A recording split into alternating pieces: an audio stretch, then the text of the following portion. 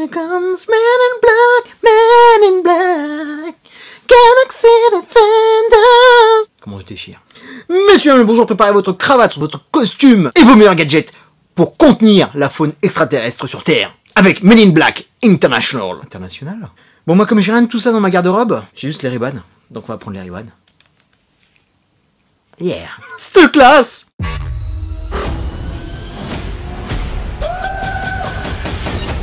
Avec tout le flot de blockbuster qui est en ce moment, j'ai pas vu le film arriver, mais j'étais enthousiaste avec le nouveau postulat d'aller le découvrir en salle. J'avais vraiment surkiffé le premier opus, le plus gros film de l'été 1997, Barry Sonnenfeld aux manettes, avec un magnifique duo complémentaire, Will Smith, qui était la star montante et qui est un peu sur la pente descendante en ce moment, mais on t'en veut pas, Will, on t'aime quand même. Accompagné du vieux de la vieille, qui passe à tous les coups, Tommy Lee Jones. C'était une découverte pour moi, un univers prometteur, et ce film était canon. Un cocktail explosif de comédie, science-fiction et un duo qui fonctionnait à merveille. Mais attention le mais, malgré toutes les promesses du premier chapitre, les suites ne sont jamais parvenues à me convaincre. C'est pas que c'était nul ou désastreux, c'est que c'était vraiment moyen. Comme beaucoup de monde, je suis parti les voir, mais j'en garde aucun souvenir. Les films me sont complètement passés à côté. Donc cette franchise qui était prometteuse n'a jamais confirmé le potentiel magnifique de Men in Black. Et ça, c'était super décevant, car tout était là pour que ce soit une des meilleures sagas. Et avec l'arrivée de ce 4e épisode, on est bien au 4e, hein, et un total renouveau au niveau de la production, au niveau des acteurs, je me suis dit why not. Au niveau de la réalisation, ils ont fait venir F. Gary Gray. J'aime beaucoup son style, un mec qui a de l'énergie dans la réalisation. J'avais beaucoup aimé Be Cool, Braquage à l'italienne. Pour les plus anciens, il avait officié sur Friday, Le Prix à payer, et un super surprenant, que justice soit faite. Donc le mec avait un potentiel qu'il pouvait utiliser parfaitement sur ce MIB No. 4. Idem au niveau du cast, Chris Hemsworth a désormais plusieurs galons au niveau comédie, il l'a prouvé dans ce fameux Endgame, et Tessa Thompson a aussi fait du chemin.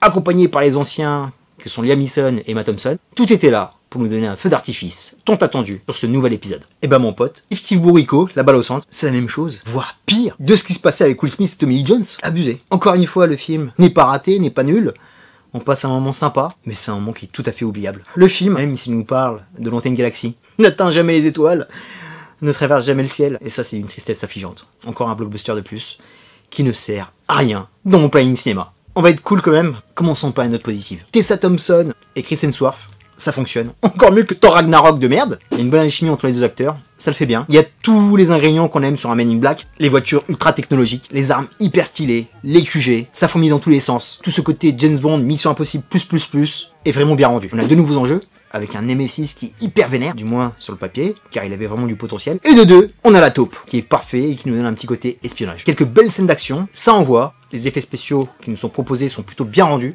Et tout le côté international, parce que ça bouge de partout. On part sur New York, on va à Londres, on va à Naples.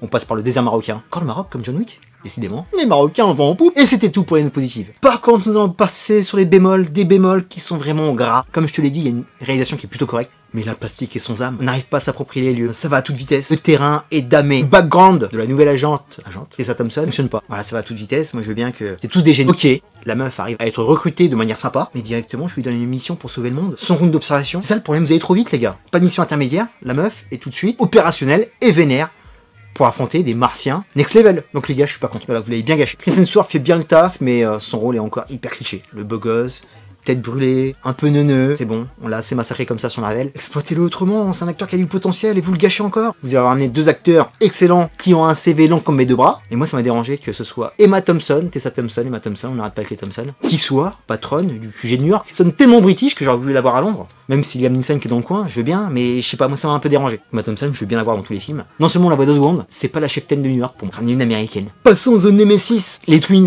qui sont d'excellents danseurs. Je les ai vus tout petits faire des battles à la défense. À l'époque, c'était underground. Ils étaient pas aussi cotés. Super chemin. Danser pour Cirque du Soleil derrière Beyoncé. Passer sur des émissions de télé aux États-Unis. Être coté à l'international. Et se rajouter une superbe ligne au CV avec Hollywood et Men in Black. Mortel. Mais les gars, donnez-leur des cours d'acting. Parce que les mecs ne savent pas très bien jouer. Pour pas dire plus. Et c'est pas vraiment de la faute. Parce que tu veux ramener 2 têtes qui sont connues. Hein, c'est à des fins commerciales. Alors qu'il y a beaucoup d'autres acteurs qui auraient pu faire le job. Et je me suis dit, s'ils les ont ramenés, c'est pour utiliser leur qualité physique de danseur. Et t'exploites même pas ce côté-là. Ils sont droits comme des pics, ils avancent tout droit. Aucune nuance dans leur jeu. Voilà, c'était un level seconde B, les gars. Vraiment pas cool pour eux. Pourtant, les 2 personnages, ils ont envoyé. Au début, on voyait un petit peu leur visage. Et après, ils ont totalement disparu sur le special effect. Encore du beau gâchis. C'est vraiment dommage. Il y avait le personnage qui se rajoute à la fin. Et le personnage du début, quand on voit la fin. Pareil, aucune exploitation. Par rapport au personnage de Tessa Thompson, ça aurait pu être mieux gaulé. Vous avez votre ligne, les gars, là. Et vous l'avez pas exploité. C'est bête. Et qui dit taupe dit Cliff, le cliffhanger de fin, tu le vois arriver à des kilomètres depuis le début. Ça c'est super con. Et en plus, Tessa Thompson, comme elle a tout compris au game, elle a compris avant tout le monde.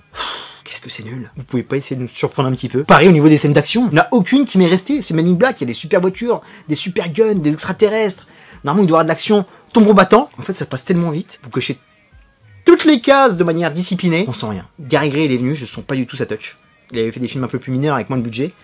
Là, tu voyais que ça envoyait un petit peu. Là, il y a que dalle. Et c'est vraiment décevant. Tellement décevant que je conclue maintenant. Voilà, c'était court, on s'en fout.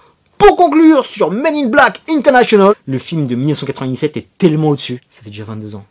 T'as l'impression que c'est tellement loin tout ça. Une commande de plus expédiée par un grand studio, son gloire et son panache. On peut dire que j'ai pas eu 2 heures, j'ai passé 2 heures plutôt sympa. Je t'en parle maintenant, quelques jours après avoir vu le film. Il y a quelques petites choses qui me restent. Mais d'ici 3-4 jours, c'est fini. Voilà, je serais passé à autre chose. Je l'aurais complètement oublié, complètement zappé, comme les 2 précédents. Et le pire dans tout ça, dans tous ces blockbusters qui passent, c'est à peu près tout le temps la même recette, n'arrive pas à dire si ce film est une atrocité qu'on doit détester, si ce film a un côté raté mais nanar qui donne un petit peu d'affection à un genre de film. Hein. J'arrive même pas à trouver le juste milieu. C'est un film qui n'existe pas. Maintenant, le blockbuster, comme tout le monde emploie la recette de tout le monde, ben on se retrouve avec ce genre de film informe, on n'arrive pas à avoir d'avis. Et c'est ça le plus triste dans l'histoire. Moi je préfère les détester pour de vrai, pour de bonnes raisons. Quelque part en ayant la haine, il me reste quelque chose, il me reste un sentiment. Mais là j'ai aucun sentiment. Ni de haine, ni d'amour, et ça me fait vraiment chier. Parce qu'il y avait beaucoup mieux à faire sur ce Men in Black. Enfin, Men, Women maintenant, parce qu'il y a beaucoup de femmes.